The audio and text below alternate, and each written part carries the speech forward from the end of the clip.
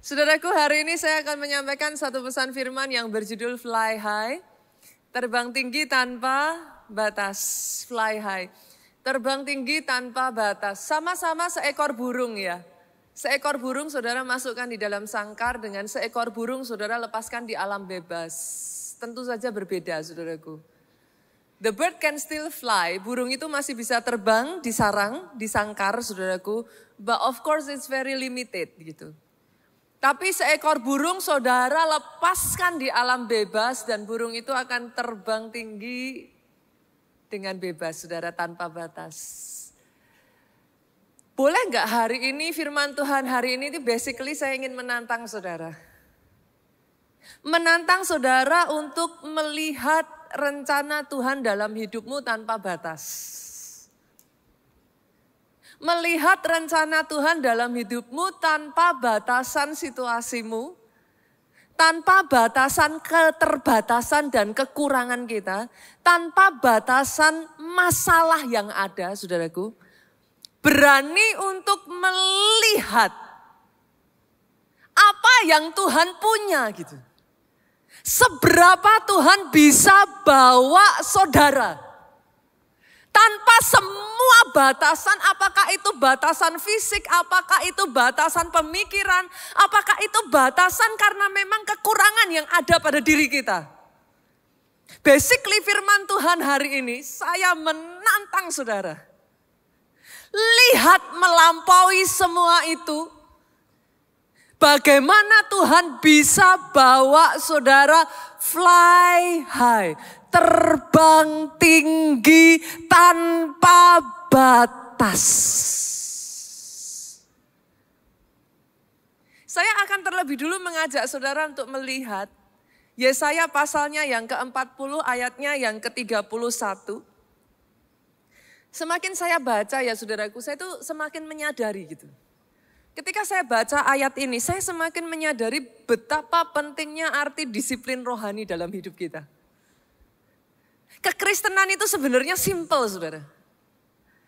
Ini yang saya ulang terus menerus tapi seringkali we skip it. Para pelayan Tuhan di tempat ini, izinkan saya berbicara kepada saudara. Melayani itu luar biasa dan itu bagus. Tapi itu bukan alasan untuk saudara skip semua disiplin rohani. Karena tidak pernah ada yang instan, strength itu dibangun saudaraku. Ayat ini mengatakan seperti ini, tetapi orang-orang yang menanti-nantikan Tuhan mendapat kekuatan baru. Orang-orang yang menanti-nantikan Tuhan. Apa saudara? Pagi hari kadangkala pernah nggak saudara doa atau saudara bilang sama saya, Pastor saya kayak nggak dapat apa-apa gitu. Saya nggak tahu doa kok kayak rasanya ada momen-momen di mana saudara berdoa dan kayak nothing gitu. Tapi tahukah saudara di semua momen itu ya, new strength itu come upon you. Pernah ngerenungin gak saudara? Yang namanya terbang itu capek loh bu. Even itu dibawa dalam rencana Tuhan. Jangankan kita bicara masalah ya bu ya. Ngadepi masalah itu capek. Tapi let's say lah saudara keluar dari masalah saudara. Tapi sadarkah saudara bahkan ketika kau dibawa memenuhi rencana Tuhan. Saya tanya loh saudara. Burung terbang terus itu capek enggak? Capek. Even itu saudara menggenapi rencana Tuhan loh. Itu capek. Tapi lihat ayat ini ngomong gini. Mereka seumpama, siapa mereka? Orang-orang yang menanti-nantikan Tuhan itu. Mereka seumpama Raja Wali yang naik terbang. Pada saat Raja Wali itu dibawa naik terbang. Pada saat saudara keluar dari masalahmu, engkau dibawa naik terbang, pekerjaanmu dibawa naik terbang, karirmu dibawa naik terbang, pelayananmu dibawa naik terbang. Itu capek apa enggak saudara? Capek. Dan lihat apa kata ayat ini, dengan kekuatan sayapnya, jadi Raja Wali bisa terbang kalau sayapnya kuat. Dari mana si Raja Wali ini sayapnya bisa kuat? Orang yang menanti-nantikan Tuhan mendapat kekuatan baru. Mereka berlari dan tidak menjadi lesu. Akan ada ya Pak, waktu-waktu di mana untuk saudara masuk penggenapan rencana Tuhan, engkau diajak lari. Larinya bukan lari sprinter, larinya maraton. Dapat dari mana kekuatannya? Akan ada waktu mereka berjalan dan tidak menjadi lelah. Kenapa? Kata kuncinya adalah orang yang menanti-nantikan Tuhan.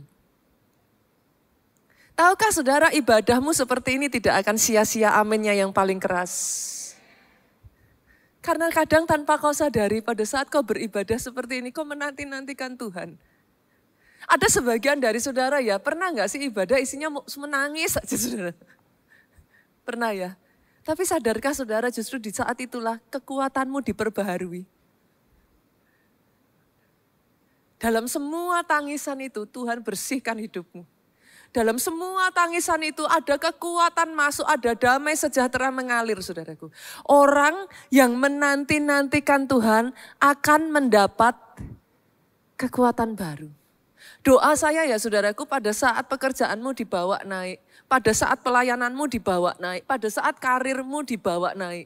Ini yang jadi doa saya. New strength comes upon you. Kekuatan yang baru itu turun atas saudara.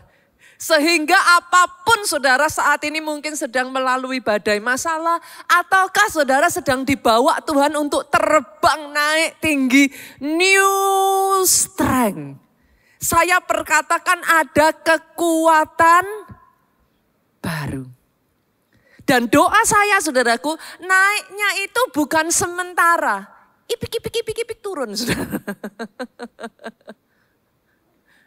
Tapi terus naik bukan turun. Ulangan 28 kita lihat. Ulangan 28 ayatnya yang ke-12 sampai 13. Tuhan akan membuka bagimu perbendaharaannya yang melimpah. Masih ingat Allah El Shaddai saudaraku? Open heaven. Yakni langit. Untuk memberi hujan bagi tanahmu pada masanya dan memberkati segala pekerjaanmu sehingga engkau memberi pinjaman kepada banyak bangsa tetapi engkau sendiri tidak meminta pinjaman. Bolehkah saya perkatakan di dalam kehidupan saudara, this is the new season. Ada musim yang baru datang atas hidupmu. New season di mana satu babak engkau akan masuk. Berkat Tuhan is just there for you. Ada saja penyertaan Tuhan, ada saja favor Tuhan, ada saja berkat Tuhan. Tapi ayat yang ke-13 di sana mengatakan, Tuhan akan mengangkat engkau menjadi kepala bukan ekor, aminnya boleh yang paling keras. Engkau akan tetap naik dan bukan turun, aminnya yang lebih keras. Apabila engkau mendengar perintah Tuhan Allahmu. Yang kusampaikan pada hari ini kau lakukan dengan setia. Ini kata kuncinya saudara. Kemarin berapa banyak dari saudara yang datang PWN boleh lambaikan tangan? Wow. Biarlah kasih dan setia. Itu kau kalungkan di lehermu dan ditulis, diukir di lubuk hatimu. In the end ya saudaraku, orang yang bertahan sampai kesudahannya. Yang akan masuk ke dalam kerajaan surga. Pada saat saudara beribadah seperti ini, pada saat saudara saat teduh di rumah ya saudaraku.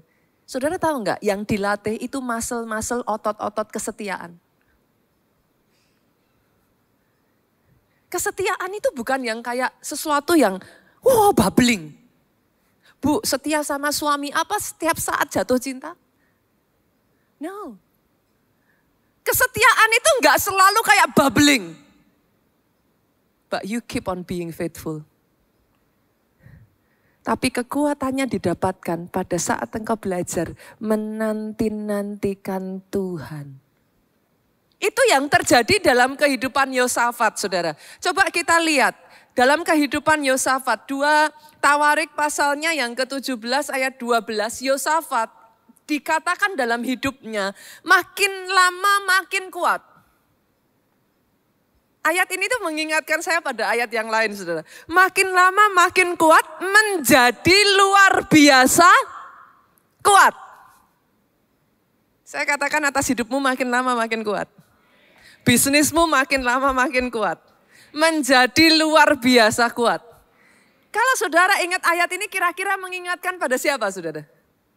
Boleh kita buka Kejadian? Kejadian pasalnya yang ke-26, ayatnya yang ke-13. Dan orang itu menjadi kaya, kian lama kian kaya, sehingga menjadi sangat, ada paralel ya saudara. Kalau dalam kehidupan Yosafat tadi, dia menjadi kian lama kian kuat. Dalam kehidupan Ishak, dia menjadi kian lama kian kaya, menjadi sangat kaya. Boleh nggak saya katakan ini atas kehidupan saudara? Pekerjaanmu kian lama akan kian kuat. Kian lama akan kian bertumbuh. Saya perkatakan atas kehidupanmu, mulai hari ini saudaraku. Izinkan saya katakan ini. Dari ujung kepalamu sampai ujung kakimu, tubuhmu kian lama kian sehat. Bertambah umurmu, bertambah sehat tubuhmu. Otakmu justru semakin tajam untuk berpikir. Bertambah usiamu, seluruh bagian di dalam tubuhmu, dari jantungmu, paru-parumu, levermu, ginjalmu, pencernaanmu, kakimu, satu demi satu, lututmu tidak menjadi goyah. Tanganmu tetap kuat. Istri-istri boleh saya katakan dalam kehidupanmu, kian lama kian sabar.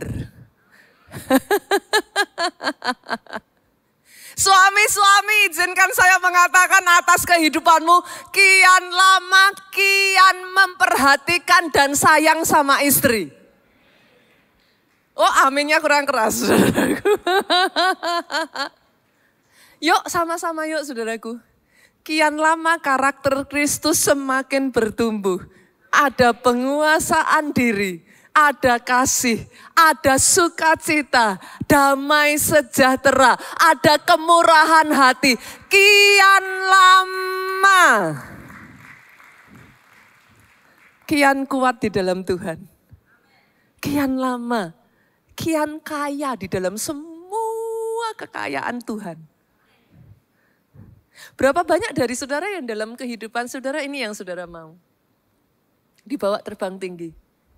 Jangan jadi orang Kristen seperti burung dalam sangkar. Because of the limitation you have. Saudara membatasi Tuhan punyanya seberapa, tapi saudara hanya bisa acquire seberapa. Kenapa? Karena ada sangkarnya. Hari ini saudaraku, break free. Keluar dari sangkarmu, terbang tinggi tanpa batas. Aminnya yang paling keras. Boleh tepuk tangannya yang paling meriah buat Yesus Tuhan kita. Pertanyaannya sekarang, Pastor, bagaimana cara saya bisa terbang tinggi tanpa batas? Saya hanya akan bagikan dua hal saudaraku. Gimana caranya kita bisa terbang tanpa batas? Yang pertama, untuk terbang tinggi butuh effort tinggi. Terbang tinggi butuh effort tinggi. Effort itu apa, Bu? Effort itu usaha. Effort itu perjuangan. Effort itu kerja keras. Effort itu bayar harga. Terbang tinggi butuh effort tinggi. Saya akan mengambil pelajaran dari seorang rasul saudaraku yang disebut dalam hidupnya sebagai the Apostle of Grace. Ada yang tahu siapa dia? Rasul Paulus. Dalam kitab-kitabnya saudaraku, Rasul Paulus ini membukakan pewahyuan yang begitu luar biasa tentang yang namanya grace, anugerah. Tetapi saudara, lucunya ada banyak orang berkata kepada saya, Pastor, bukankah ya sudah ada anugerah Tuhan, kita nggak perlu kerja keras. Kan Tuhan sudah ngerjain. In a way saudara, saya agree. Saya setuju. Berapa banyak yang sepakat dengan saya bahwa keselamatan bukan karena kerja kerasmu? Yang mengerti katakan amin. Dia mati di atas kayu salib. Jangan salah loh saudaraku. Pada saat engkau masih berdosa. Jadi saudara tidak perlu melakukan apapun untuk membuat dia mati buat saudara. Bahkan ketika kau masih berdosa. Dia mati buat engkau. Dan keselamatanmu tidak didapat dari kerja keras, maafkan saya. Keselamatanmu tidak didapat dari hasil usahamu, apakah kau berbuat baik ataukah engkau berbuat jahat. Yang mengerti katakan amin.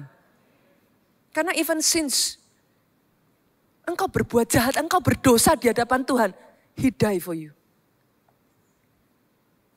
Tapi jangan salah saudara, dengar ini baik-baik. Filipi 2 ayat 12. Kalau saudara baca judulnya bahkan ya, muncul di sana aja judulnya sudah apa?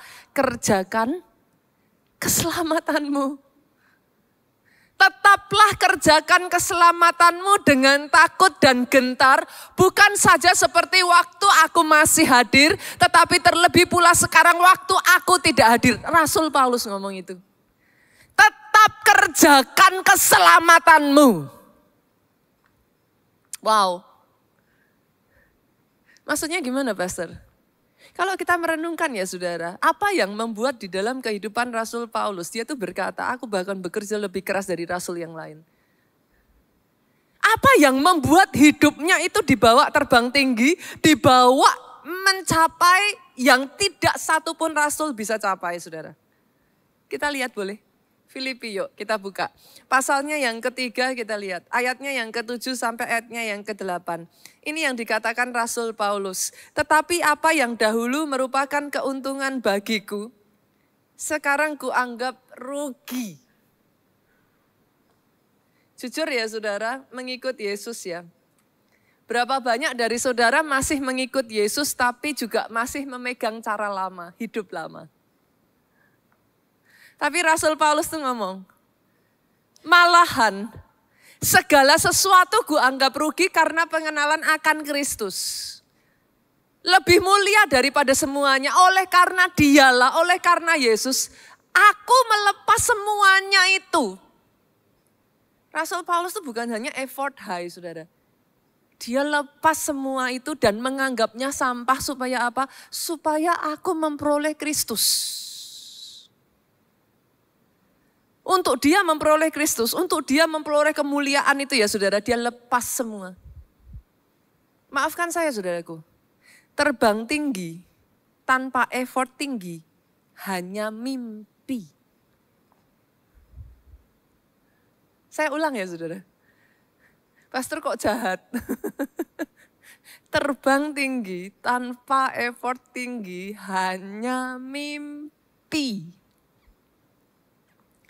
Saudara boleh menemukan, saudara cari deh orang-orang berhasil di seluruh dunia ini dalam hal apapun.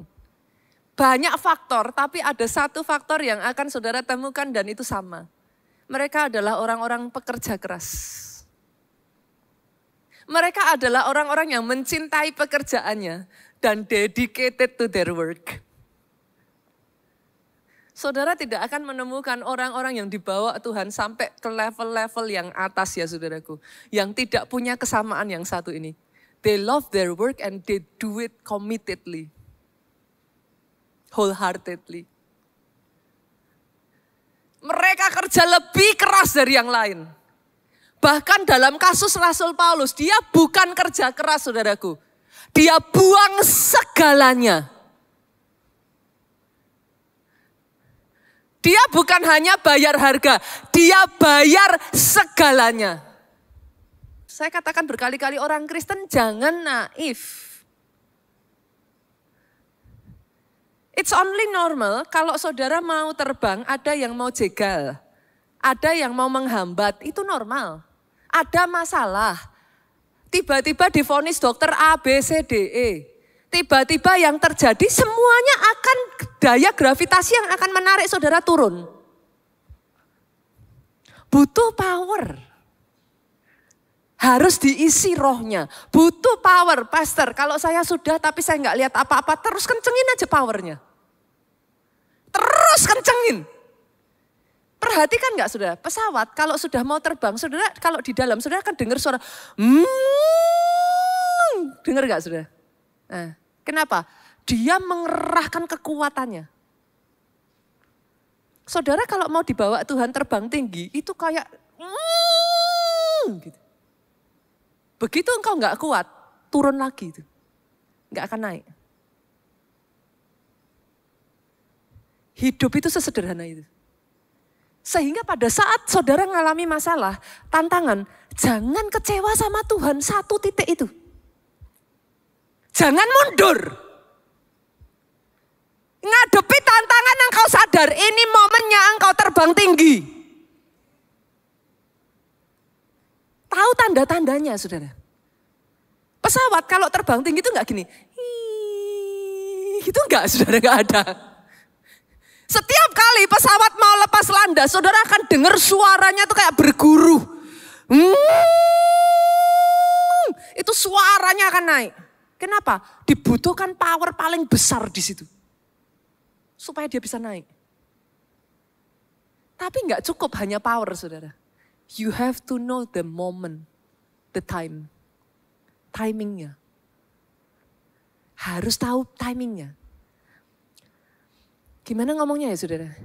Petani kalau mau nuai masih hijau udah dipangkas Pak. Gagal panen. Tapi kalau terlambat busuk. Dalam hidupmu juga sama. Ada orang-orang di tempat ini, momen-momen ke depan ini ya, Tuhan mau bawa engkau naik terbang tinggi. Tapi denger ini saudaraku, harus tahu momennya. Masalahnya, seringkali yang menghambat saudara untuk catching up the momentum. Satu hal ini saudara, bimbang, ragu. Tapi ketika kau belajar, rely on his voice. Sama seperti anak saya, sampai titik tertentu dia bersorak-sorai dan dia berkata, I did it, Mami. I enter the finish line.